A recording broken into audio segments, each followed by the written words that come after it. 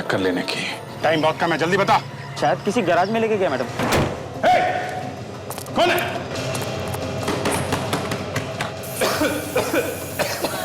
ये तो जहरीली गैस है। सर ये लोग हमें मार के ही छोड़ेंगे। ये जो कोई भी है हमारे साथ एक बहुत बड़ा डेंजरस गेम खेल रहा है। अब तेरी बारी है।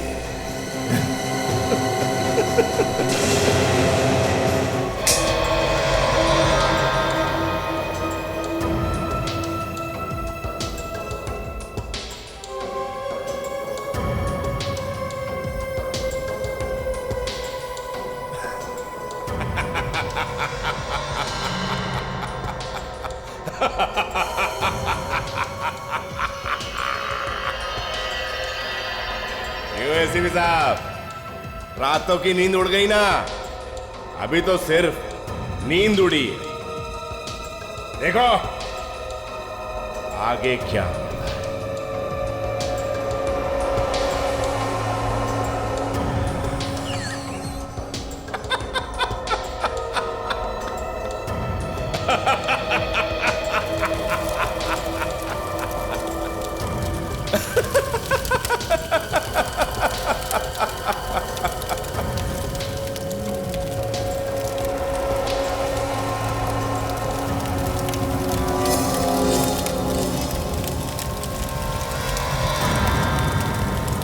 ये दोनों फॉरेंसिक डॉक्टर्स तो गए।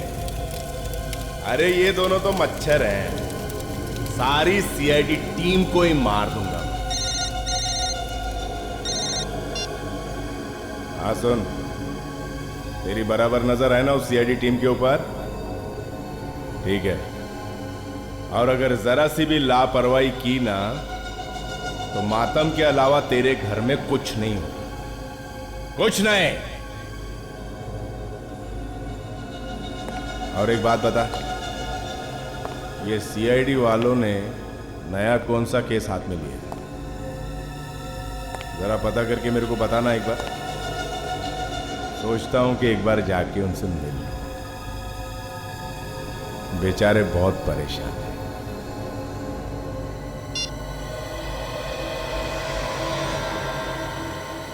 एसीपी प्रद्युमन, अगर दम है तो रोक ले। एक और गया तेरी टीम से।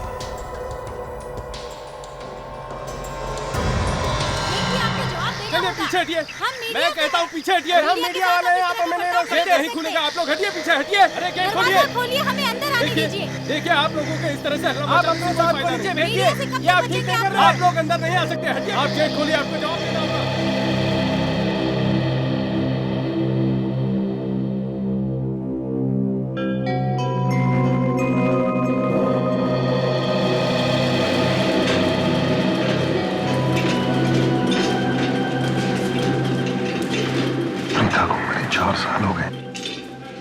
दादाजी अभी तक उसे भुला नहीं पाए। प्यार में ऐसा ही होता है। इंसान जिसे सबसे ज्यादा प्यार करता हो ना, उसके लिए उसे भुलाना इतना आसान नहीं होता। हाँ, ये बात भी ठीक है। दरअसल पिता के मम्मी डैडी के एक्सीडेंट के बाद दादा का अपनी पोती के लिए प्यार और बढ़ गया था। वैसे 4 साल पहले प्रीता के साथ हुआ क्या था? ये तो मुझे नहीं मालूम, लेकिन इतना पता है कि अचानक ही वो कहीं गायब हो गई थी। सुनो जी, क्या है इसमें? कहाँ ले जा रहे हो? ये दादाजी का पैकेट है। देखो दादाजी पहले से परेशान है, उनको दुखी करने की कोई जरूरत नहीं। मुझे तो मैं दे नहीं, ये दादाजी को गिफ्ट है, मैं उन्हीं को दूंगा। आने दो।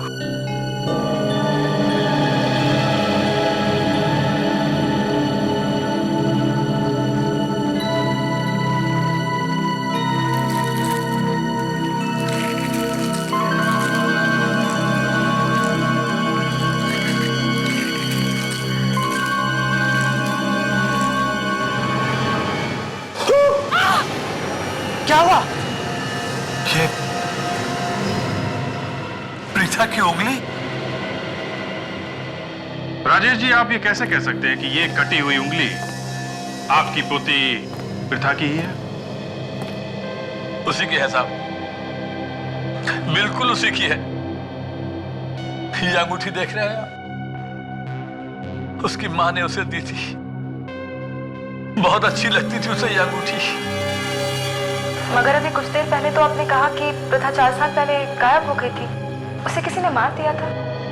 कहा जब बहुत तलाश करने के बाद भी पिता हमें नहीं मिली तो हमें लगने लगा कि किसी ने उसे मार दिया है। लेकिन आज ये उंगली अंगूठी देख के लगता है कि वो जिंदा है कहीं। लेकिन राजेश जी, ये कैसे हो सकता है? जो लड़की 4 साल पहले मर चुकी हो, उसकी कटी हुई उंगली आज कैसे आ सकती है? इस उंगली के साथ देखिए, यह एक चिट्ठी भी आई थी। इसे देखिए।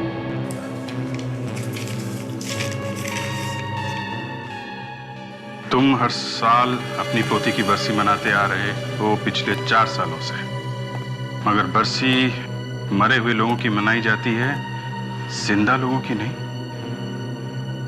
मुझे विश्वास है कि तुम यह अंगूठी देख के अंदाजा लगा सकते हो कि तुम्हारी पोती प्रथा अभी जिंदा है। 10 करोड़ रुपयों का इंतजाम करो अगर तुम उसे जिंदा वापस देखना चाहते हो तो। राजेश जी, अगर हम ये मान भी लें कि ये उंगली आपकी पोती प्रथा की है, मगर हम ये कैसे विश्वास करें कि वो जिंदा है? मेरा मन कहता है साहब, मेरा मन कहता है इसलिए कि 4 साल पहले भी हमें उसकी लाश वगैरह कुछ नहीं मिली थी। बस जब बहुत ढूंढने के बाद वो नहीं मिली तो हम सबने मान लिया कि किसी ने उसे मार दिया है। मान लिया?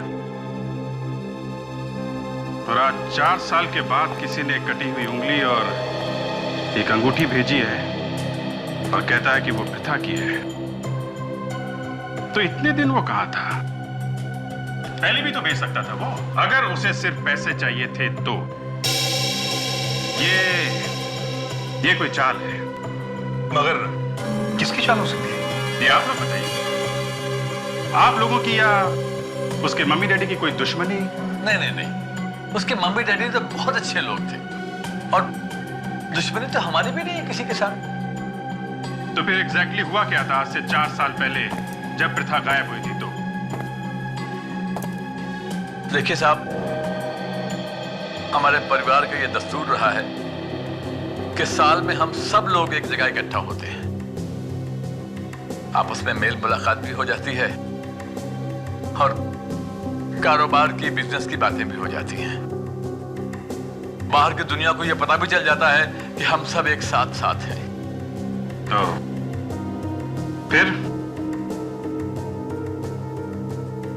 जिस दिन प्रथा गायब हुई थी, आई थी वो मुझसे मिलने। कह रही थी कि मुझे आपसे कुछ जरूरी बात करनी है। मैं एक मीटिंग में था। मैंने कहा कि मीटिंग के बाद बात करते हैं बेटा। तो मीटिंग के बाद मिले आप उससे? नहीं, बस आखिरी बार तभी देखा था उसे हमने। बहुत ढूंढा, बहुत तलाश की, लेकिन वो ना हमें मिली ना कहीं पुलिस को। 4 साल के बाद आज उसकी कटी हुई उंगली और फिरौती का लेटर आया है। इस उंगली को फोरेंसिक लैब में भिजवाते हैं।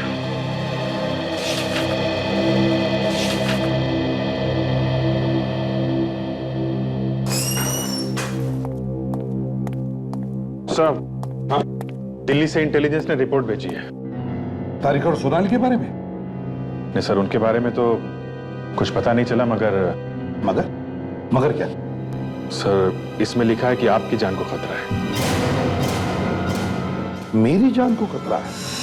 अच्छा, स्पेसिफिक रिपोर्ट है सर, आपका नाम लिखा हुआ है। आपको मारने का प्लान बनाया गया है सर, और आपके साथ साथ सीआईडी को भी खत्म करने का इरादा उन लोगों का। सीआईडी को भी खत्म करने का इरादा है? सीआईडी कभी खत्म नहीं होगी अभिजीत।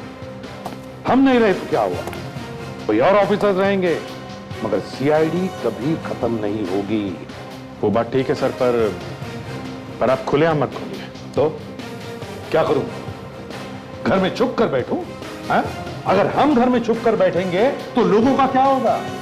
सर, मैं कह रहा हूं आप प्रोटेक्शन ले लीजिए सर। मैं 5-6 कमांडोज बुला देता हूं, आपके साथ रहेंगे वो। अच्छा 5-6 कमांडोज की सिक्योरिटी दोगे तुम मुझे? मेरी बारात निकालोगे और बाराती AK-47 लेकर घूमेंगे? तो एक काम करो, एक घोड़ा भी मंगवाओ, बिठाओ मुझे उस पर, तब जाके मेरी बारात पूरी हो जाएगी। इसमें यह भी लिखा है कि CID को खतरा है। तो क्या तुम सब लोग क्या अपने चारों तरफ कमांडोज लेकर घूमोगे? नहीं सर, वो बात नहीं है। तो फिर खतरा तो है ना सर? नहीं, कोई खतरा बतरा नहीं, मुझे कोई सिक्योरिटी की जरूरत नहीं है। और तुम लोग भी संभल कर रहना। ये लोग है कौन? वही लोग होंगे सर जिन्होंने डॉक्टर सोनाली और तारिका को गायब किया, जो लोग CID पे हमला करने वाले हैं। अरे मगर इसमें ये तो नहीं लिखा है ना कि कौन हमला करने वाला है। उनको तो हमको ही ढूंढना पड़ेगा। काम करो, पुरानी मुर्दों को जगाओ। मुर्दे? हाँ मुर्दे, कब्र में से निकालो उन्हें बाहर। सर अभी तक तो ना जाने कहां चले गए होंगे। कोई बात नहीं, उड़ती उड़ती खबर तो उनके कानों तक पहुंची होगी। मुर्दे मतलब पुराने खबरी, जिनसे काफी दिनों से हमने बात नहीं की है। प्रीता के बारे में क्या पता चला? सर पुरानी रिपोर्ट में लिखा हुआ है कि जिस दिन प्रीता गायब हुई थी उस दिन वो चिल्ड्रंस परेड देखने गई थी। परेड देखने के बाद जब वो वापस लौटी तो वो अपने दादाजी से मिलने गई, पर वो मिल नहीं सकी। तो क्या राजेश घर पर नहीं था? नहीं सर, राजेश जी एक मीटिंग में बिजी थे, वो उससे बाद में मिलने वाले थे। पर सर उसके बाद प्रीता गायब हो गई, किसी ने देखा नहीं उसके बाद। एक और बात पता चली है सर, राजेश जी के घर के सामने एक ब्रिज है। जिस दिन प्रीता गायब हुई थी वहां पे एक एक्सीडेंट हो गया था, तो पुलिस वालों ने वो सड़क बंद कर दी थी। अभिजीत, अगर सड़क बंद थी तो प्रीता को गायब कैसे किया होगा? चारों तरफ पुलिस होगी। वही मैं सोच रहा हूं सर, सड़क से तो ले नहीं जा सकते, लेकिन राजेश जी के घर के पीछे समंदर है और वहां पे बोट चलती है। तो कहीं ऐसा तो नहीं कि प्रीता को पानी के रास्ते गायब किया हो सकता है सर। ये नक्शा है सर राजेश जी के घर का। ये वाला ब्रिज है सर, ये बंद हो गया था और यहाँ पे समंदर है, ये बोट उस तरफ ले जाने का। सर प्रीता की किडनैपिंग उसके घर के किसी आदमी ने की होगी। किडनैपिंग करने के बाद घर के आसपास से कहीं छुपा दिया होगा सर। सर प्रीता राजेश जी की सौतेली पोती थी, लेकिन हाँ उसे चाहते बहुत थे। हाँ मगर प्रीता को किडनैप किया कैसे? हेलो, हाँ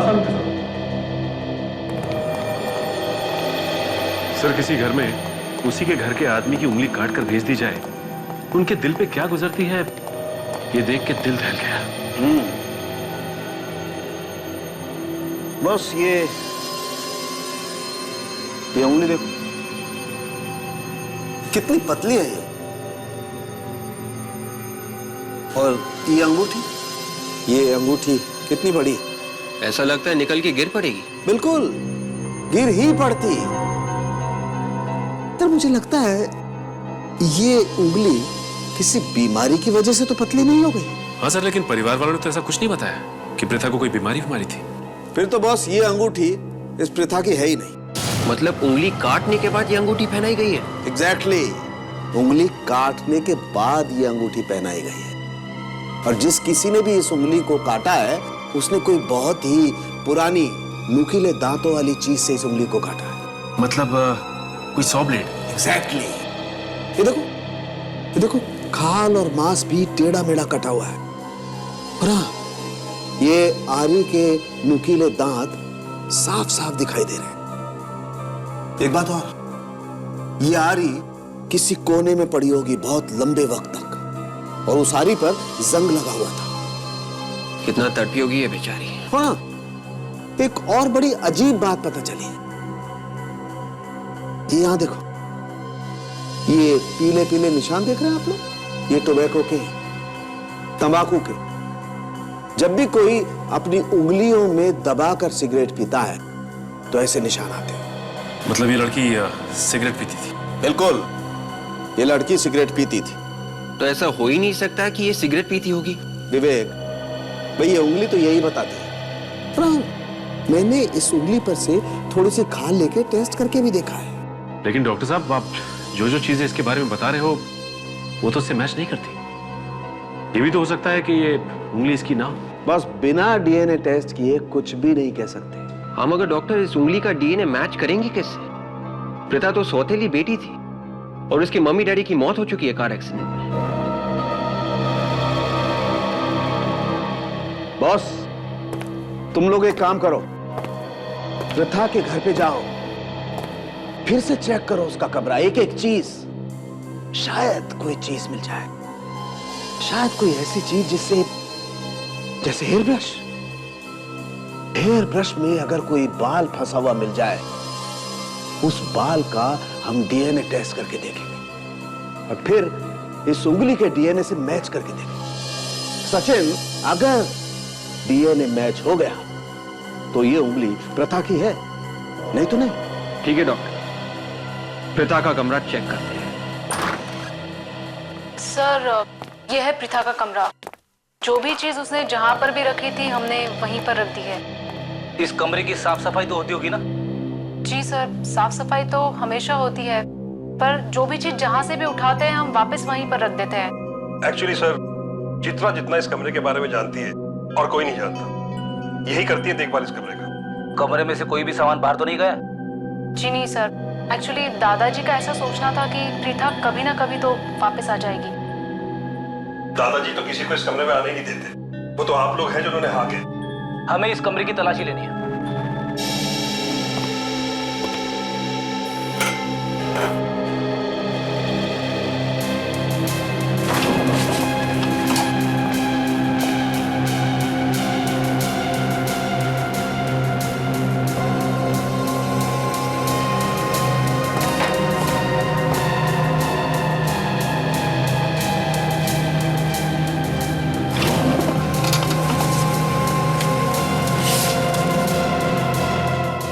खूनी किताबें बहुत पढ़ती थी क्या?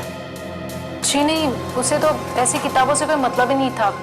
वो तो काफी हंसी मजाक करने वाली लड़की थी। तो फिर ये खून खराबे वाली किताबें क्या कर रही है उसके कमरे में? खूनी किताबें? कहीं इसलिए तो नहीं वो इतनी बदली बदली लग रही थी? क्या मतलब है आपका? मतलब गायब होने से कुछ दिन पहले उसका बर्ताव कुछ बदल गया था। इतनी खुश रहने वाली लड़की अचानक ही चुप चुप रहने लगी थी। सर, यहाँ पर ना ही कोई हेयर ब्रश है और ना ही कोई कंघी। पर ब्रश तो यहीं पर था। तो कहाँ गया ब्रश? सर, डायरी मिली है, लगता है प्रथा की है।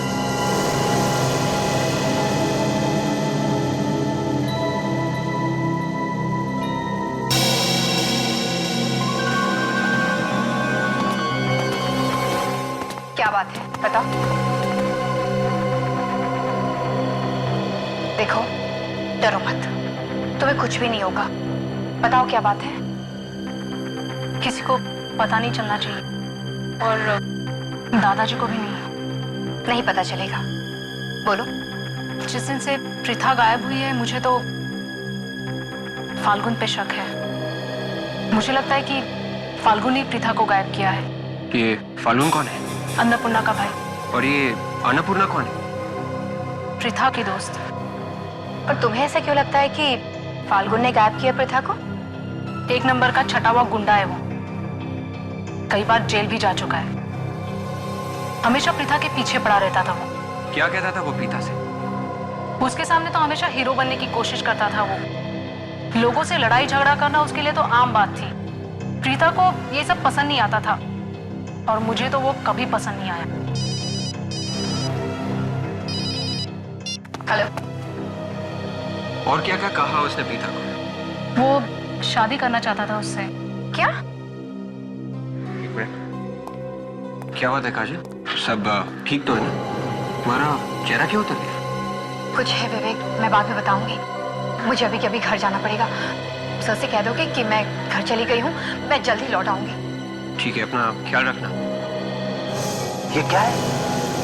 सब पेज पे जो फोन नंबर्स लिखे हैं उनके सामने नाम लिखा हुआ है, मगर ये आखिरी जो पेज है इस पे 6 फोन नंबर्स लिखे हैं, उनके सामने किसी का भी नाम नहीं है। मतलब ये फोन नंबर्स नहीं है, ये कोई और ही नंबर है, ये कोई और ही चक्कर है।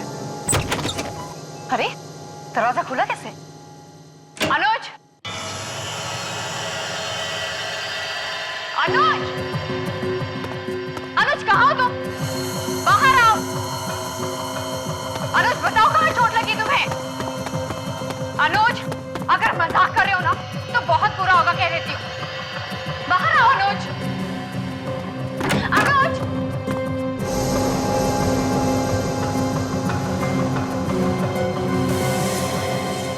Oh my God! अनुज! अनुज! अनुज तुम ठीक तो हो अनुज?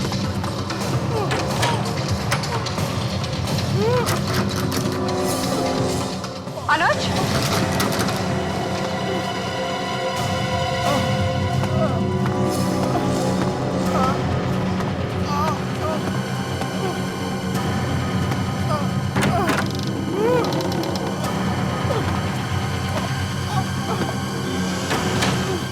यहाँ तो कोई भी नहीं है। तो ये आवाज कहाँ से आई थी?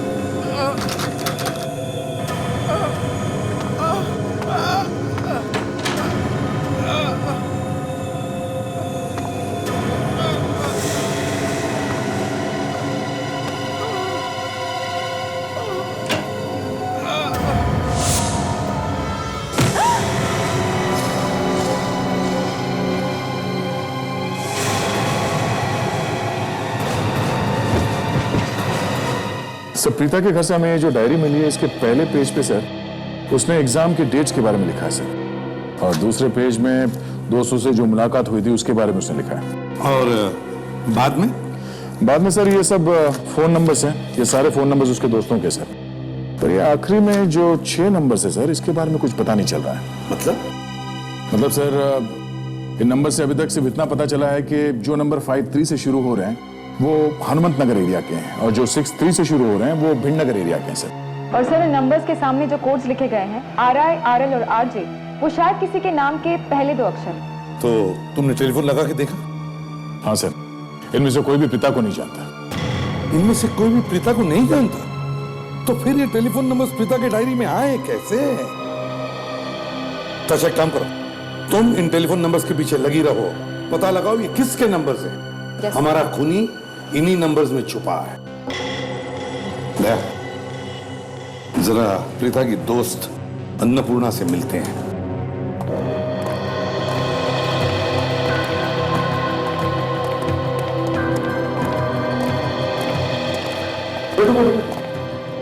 अन्नपूर्णा। जी सर। सुना है तुम्हारा भाई प्रीता को तकलीफ देता था? ये सब झूठ है सर। कोई बिना बात के मेरे भाई को बदनाम करने की कोशिश कर रहा है। वो तो जेल भी गया था ना? मगर उसके बाद वो छूट गया था, जब सबको सच्चाई पता लगी तब। अच्छा, ताशा, जरा डायरी लेकर आओ।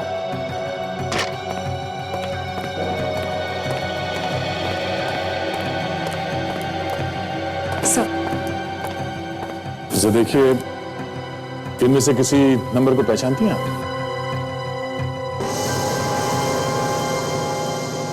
नहीं सर। प्रीता को आखिरी बार कब देखा था तुमने? सर उसी दिन जिस दिन प्रथा गायब हुई थी। उसी दिन? जी सर, हम दोनों चिल्ड्रंस डे की परेड में गए थे। और कब तक थे साथ में? यही कोई 1:30-2 बजे तक। और कोई था तुम्हारे साथ? नहीं सर, सिर्फ हम दोनों थे। इनफैक्ट उस दिन हम दोनों ने बहुत सारे फोटोज भी क्लिक किए थे। तो क्या हम वो फोटोग्राफ देख सकते हैं? जी सर, मेरे घर पे है। काजल का वैसे? क्या सर?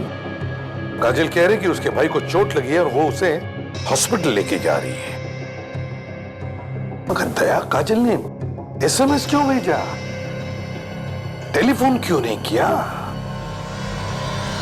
मुझे तो कुछ गड़बड़ लग रही है दया, कुछ तो गड़बड़ है।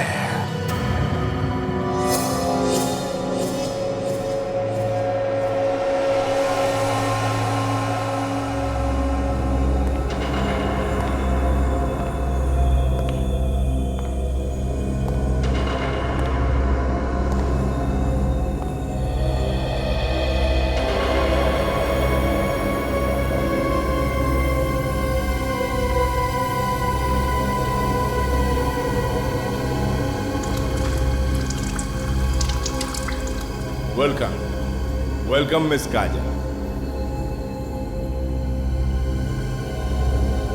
हमारे ग्रुप में आपका स्वागत है। सीआईडी की दुनिया से अलग एक हमारी भी दुनिया है जिसमें आपका स्वागत है।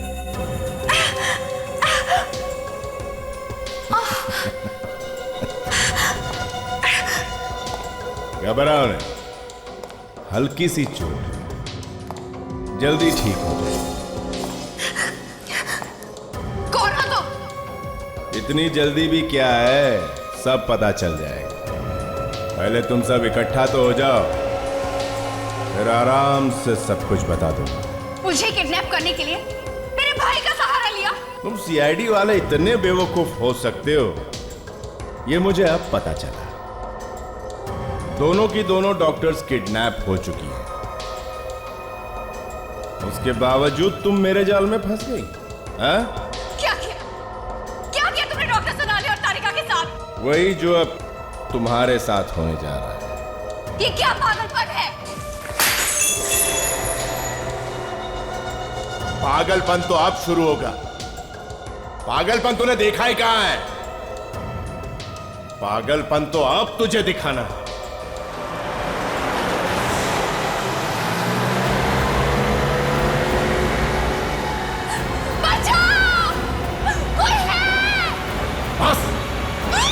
अब तुझे कोई नहीं बचा सकता, भगवान भी बचा नहीं सकता।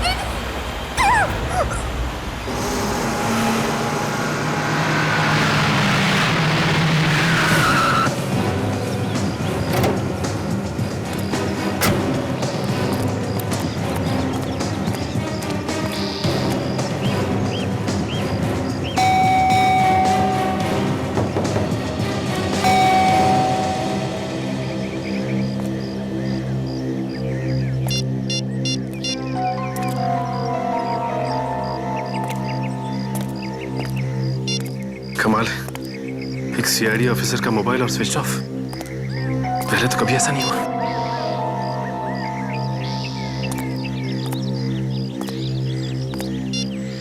जरा सी चोट क्या लगी भाई को के मोबाइल ही स्विच ऑफ। कुछ गड़बड़ तो नहीं है?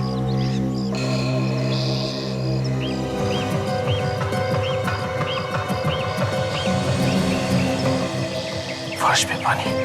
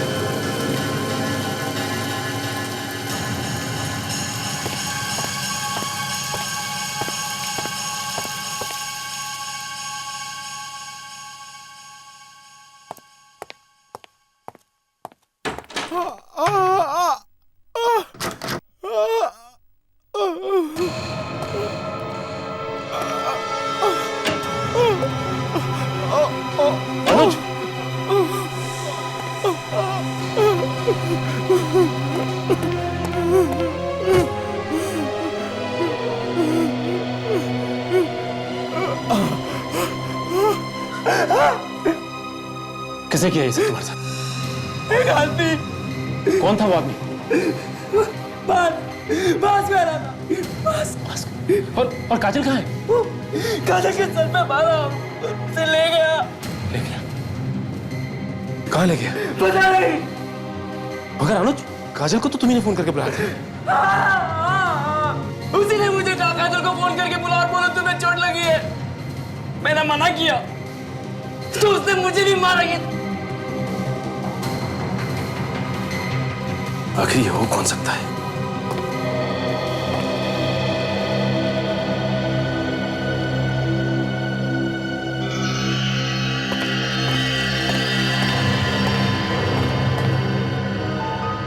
S+D HD ये क्या हो सकता है?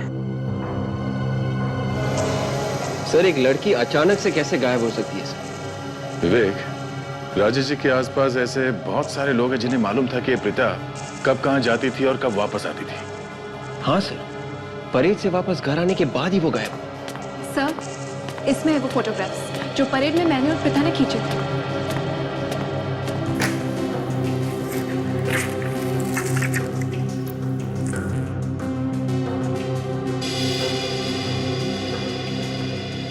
सर, उन दिनों प्रथा काफी उदास रहने लगी थी।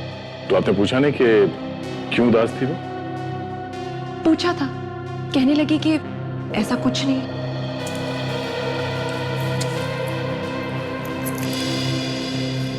ये ज्यादातर फोटोग्राफ्स में ये प्रथा अपने दाएं तरफ देख रही है। ये देखिए, ये किसे देख रही है, कुछ मालूम है आपको? पता नहीं सर।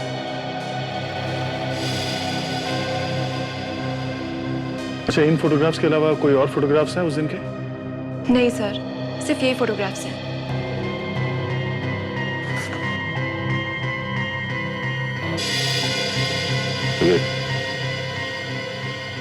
ये देखो। क्या सर?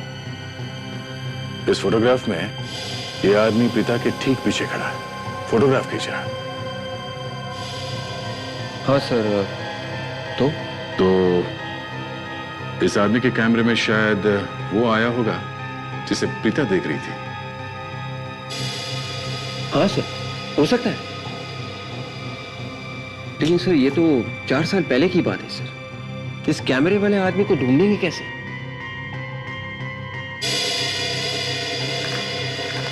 एक मिनट सर, ये फोटो देखिए सर। इस फोटो में ये कैमरे वाला आदमी गाड़ी में बैठ रहा है। गाड़ी का नंबर कुछ ठीक से दिखाई नहीं दे रहा। इस औरत ने ढक दिया है नंबर को। और ये गाड़ी के कांच पे कुछ एक स्टिकर जैसा कुछ लगा हुआ है। जरा मैग्नीफाइंग ग्लास देना। Yes sir. लीजिए सर।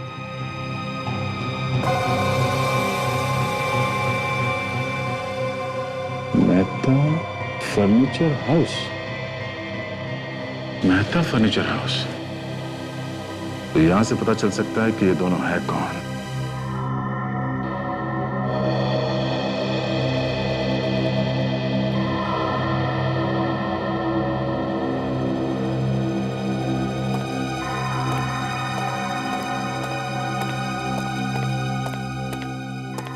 आशा, यस सर।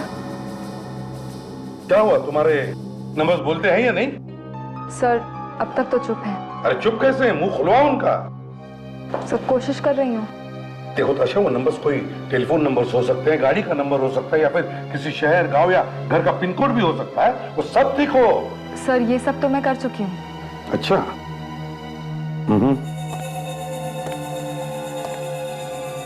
एक बात बताओ, क्या प्रथा के घर वालों ने उसके हॉबीज के बारे में कुछ बताया? वो क्या करना पसंद करती थी? सर, हॉबीज का इन नंबर्स से क्या लेना देना? ताशा, हॉबीज का नंबर्स के साथ लेना देना है। पता चलेगा तुम्हें, पहले बताओ तो सही। प्रथा के घर वाले बोल रहे थे कि प्रथा को म्यूजिक, डांस और किताबें बहुत पसंद है। किताबें? मैंने कहा ना ताशा, पुराने क्लासिक्स के पेज नंबर्स के साथ साथ उनके पैराग्राफ के भी नंबर्स आते हैं। तो ये नंबर्स तुम अपने कंप्यूटर में फीड करो, किताबों में देखो, देखो क्या निकलता है।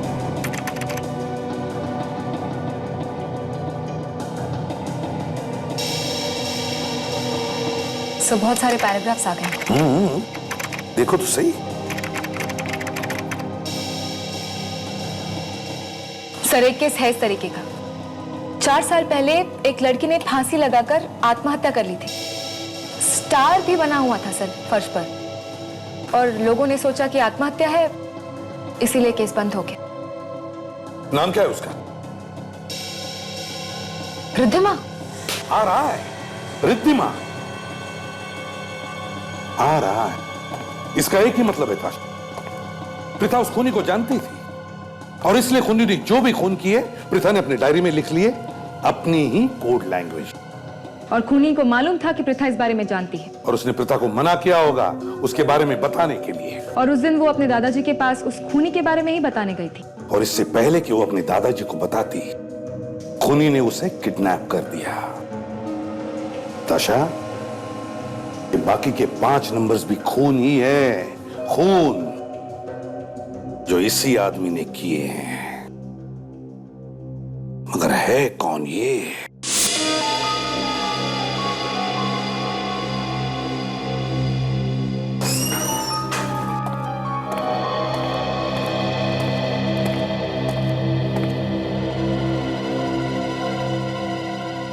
ये कौन है? सर ये काजल का भाई है। क्या? काजल का भाई? क्या हुआ इसको? सर इसे किसने मारा पीटा और कबर्ड में बंद करके रखा था। किसने? पता नहीं सर। मगर काजल कहाँ है?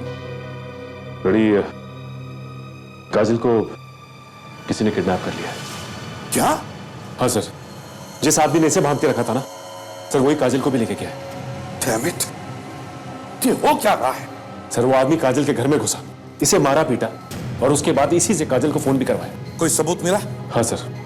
सर काजल जाने से पहले हमारे लिए कुछ लिख के गई है sir. S+T HD S+T HD ये कौन सा फॉर्मूला है सर? फ्रेडी, लगता है ये S का मतलब है सोनाली और T है तारिका। मगर ये HD क्या है? HD क्या है? तूने देखा उसे? नहीं सर, उसने मास्क पहन रखा था। इसे हॉस्पिटल ले जाओ जल्दी।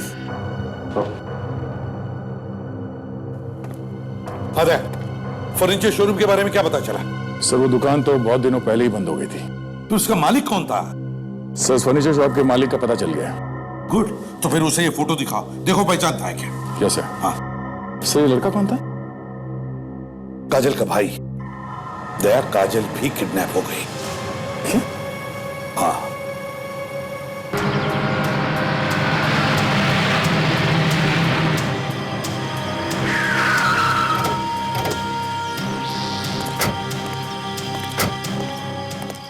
सर 4 साल पुरानी बात है, पता नहीं इस फर्नीचर वाले को याद भी हो कि ना। पूछ के देखते हैं, पूछने में क्या हाल है। कुछ ना कुछ जरूर पता होगा इसे।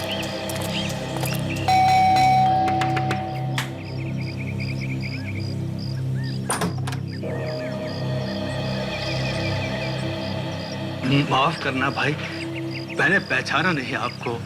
वो क्या है कि नजर पे असर पड़ गया है, कभी कभी तो दिखाई नहीं पड़ता। कुछ सवाल पूछने थे, हम लोग सीआईडी से हैं। सीआईडी? जी। आइए जी, बोलिए क्या मदद कर सकता हूं मैं आपकी?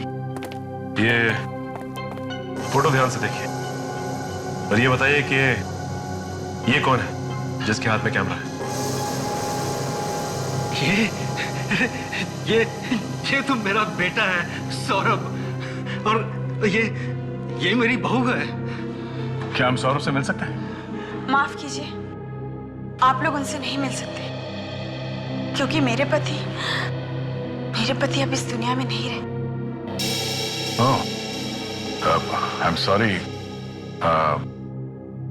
ये 4 साल पुरानी फोटो है, इसके बारे में कुछ बता सकती हैं आप? जी, उस वक्त हमारी नई नई शादी हुई थी और हम लोग चिल्ड्रंस डे पर परेड देखने गए थे। उस दिन की और भी फोटोज हैं आपके पास? जी, मैं लेकर आती हूँ।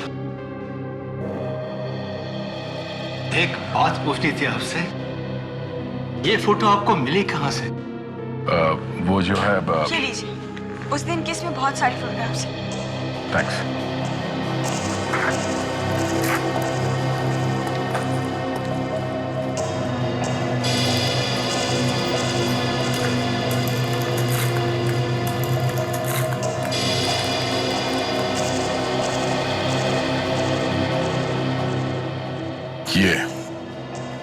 ये है वो आदमी जिसकी हमें तलाश थी,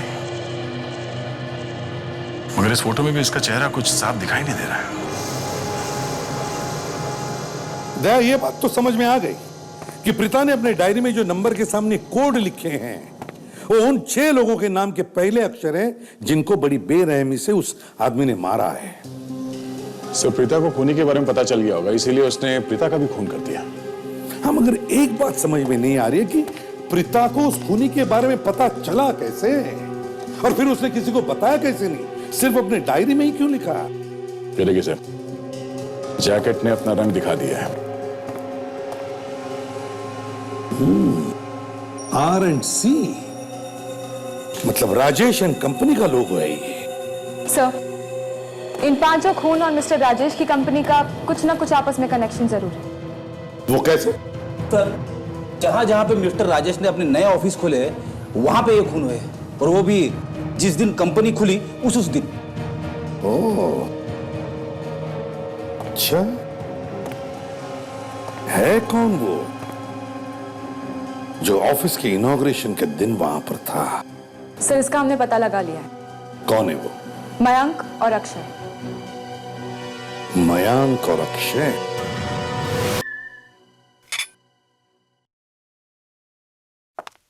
विवेक, ताशा, इन दोनों के कमरों की तलाश है। Yes sir. ये क्या हो रहा है? हमारे कमरे की तलाशी क्यों? परेशान होने की जरूरत नहीं है, अभी सब पता चल जाएगा। एक बात बता, जिस दिन प्रथा गायब हुई उस दिन दोपहर के बाद तुम कहां थे? क्या हुआ? याद नहीं आ रहा? कोई बात नहीं, आराम से याद करके बताओ।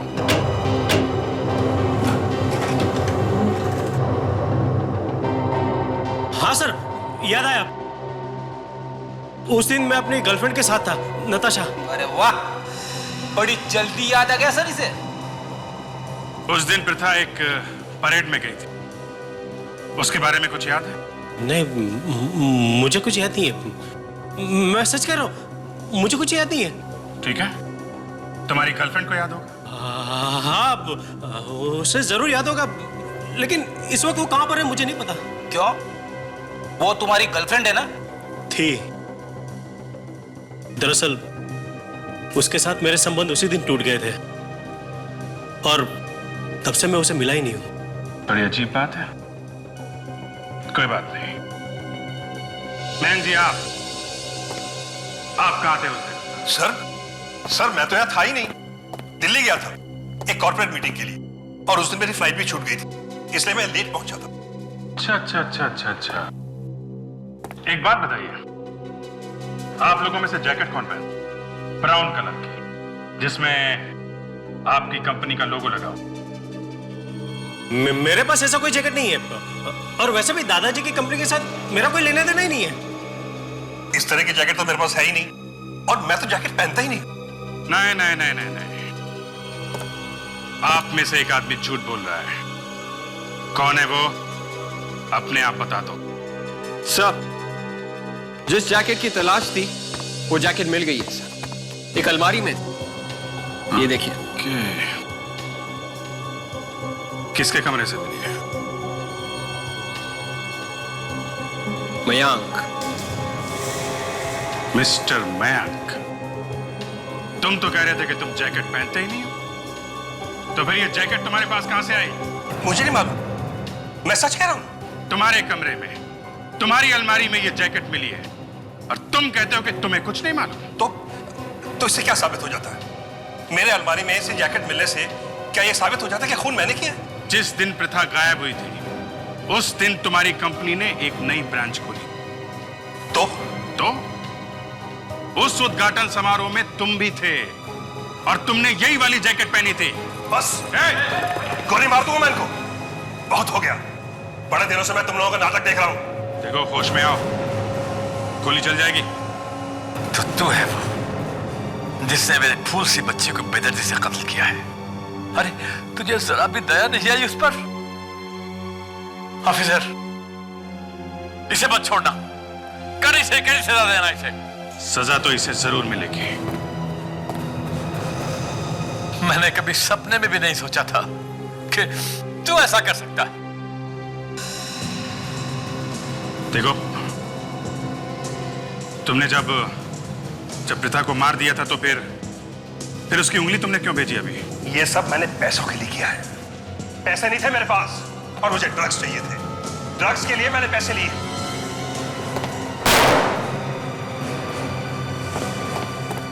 शर्म आनी चाहिए तुम्हें। अपने दादाजी पे गन तान रखी थी, अपनी बहन की जान ली तुमने। मैं खूनी नहीं हूं सर, यकीन कीजिए मैं खूनी नहीं हूं। इन्होंने मुझे खूनी बनाया, इन्होंने।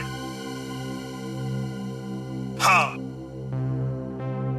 क्या बताऊं सर, इतनी जिम्मेदारियां डाल दी मुझ पर कि मुझसे संभाला नहीं गया। मुझे टेंशन होने लगा और उस टेंशन के चलते मैं ड्रग्स लेने लगा और नशे में आकर मेरे हाथों से एक के बाद एक खून होने लगे। इस बात का पृथा को पता चल गया। उसने सबने बताने की धमकी दी मुझे। मैंने उसे बहुत मना किया, लेकिन उसने मेरी एक न सुनी। और जब वो नहीं मानी तो तुमने खून कर दिया उसका।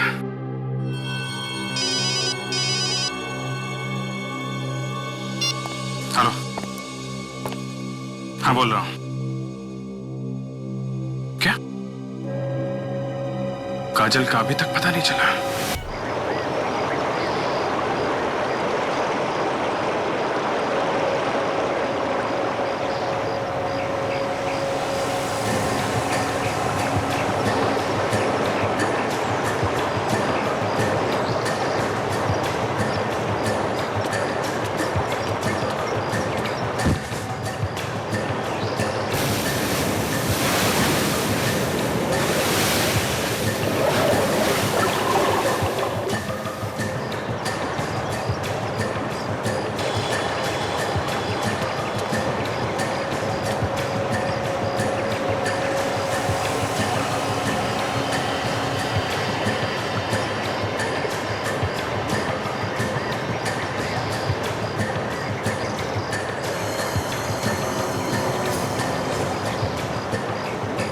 दादा दादा दादा दादा, क्या हुआ है? क्यों चिल्ला रहा है? दादा ये देखो इधर क्या है। तुझसे बोला ना अपने काम से काम रखने का, फालतू चीजों में ध्यान नहीं देने का।